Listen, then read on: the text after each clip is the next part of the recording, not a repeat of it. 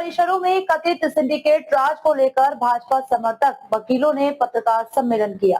वकीलों का आरोप है कि वे केवल सत्तारूढ़ दल के करीबी वकीलों को महत्वपूर्ण मामलों की जिम्मेदारी दी जा रही थी, जिससे अदालत की निष्पक्षता प्रभावित हो रही है। उन्होंने बार काउंसिलिंग चुनाव में धांधली, दबाव और विरोधी वकीलों को डराने के आरोप भी लगाए। सम्मेलन में अनिरुद्ध वैरागी, सिंधिया वाला और जय चक्रवर्ती मौजूद थे। जय चक्रवर्ती ने आरोप लगाया कि अदालत परिसर में उन पर हमला हुआ और उनसे जबरन झूठा बयान दिलवाया गया। बाद में उन्होंने इको पार्क थाने में शिकायत दर्ज कराई। पश्चिम बंगाल की अदालत परिसरों में कथित सिंडिकेट राज को लेकर विवाद गहरा गया है। भाजपा समर्थक वकीलों ने एक पत्रकार सम्मेलन कर अदालत और बार काउंसिल की कार्यप्रणाली पर गंभीर सवाल उठाए। वकीलों का आरोप है कि सामान्य वकीलों को नजरअंदाज कर केवल सत्तारूढ़ दल के करीबी और प्रभावशाली नेताओं से जुड़े वकीलों को ही महत्वपूर्ण मामलों की जिम्मेदारी दी जा रही है। उनका कहना है कि इससे न्यायिक व्यवस्था की पारदर्शिता और पेशागत निष्पक्षता प्रभावित हो रही है। वकीलों के एक वर्ग ने पश्चिम बंगाल बार काउंसिल चुनाव में भी धांधली और प्रभाव के इस्तेमाल का आरोप लगाया। उनका दावा है कि विरोधी विचारधारा वाले वकीलों को डराने धमकाने की कोशिश की जा रही है और चुनाव प्रक्रिया को प्रभावित किया जा रहा है।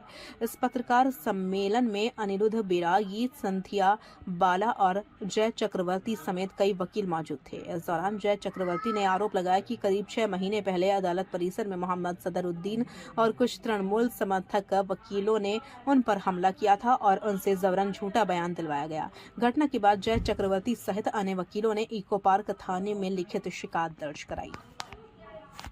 आप लोग कर रहे हैं किस बारे में? ये हम लोग जो कर रहे हैं, इसलिए हम अपने बारे में बोल देते हैं। हम हाई कोर्ट में प्रैक्टिस करते हैं। तो हाई कोर्ट में ऐसा हो गया था कि पैनल जो है हम लोगों का स्टेट पैनल होता है, वहाँ पर गिने चुने आदमियों को मिलता था।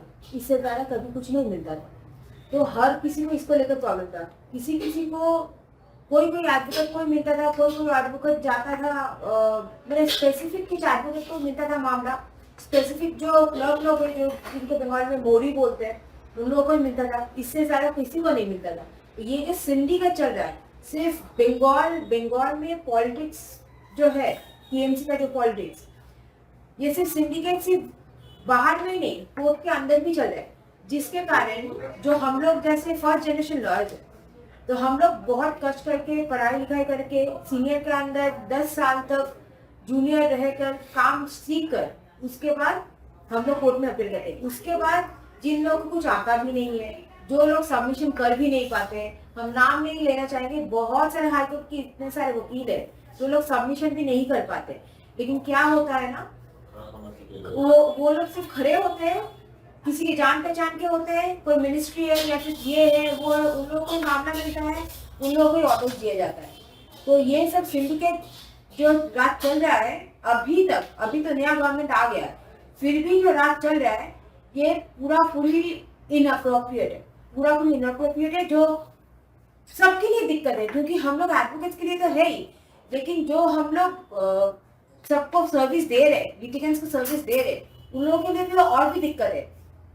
आप जो जैसे बोल रहे हैं, लेकिन लास्ट कुछ ईयर में देखा जा रहा है जब हाई कोर्ट के वहाँ पे जब बार काउंसिल पे इलेक्शन चल रहा है, उसमें ज्यादा से ज्यादा बीजेपी और विरोधी जो नेटवर्क है उन पॉलिटिकल पार्टी का उम्मीदवार ही जीतता रहता है। तो उसके बाद आप लोग तो उसमें तो बीजेपी में है, तो ऐसे ही हम लोग आपको बोल रहे हैं केंद्रीय गृह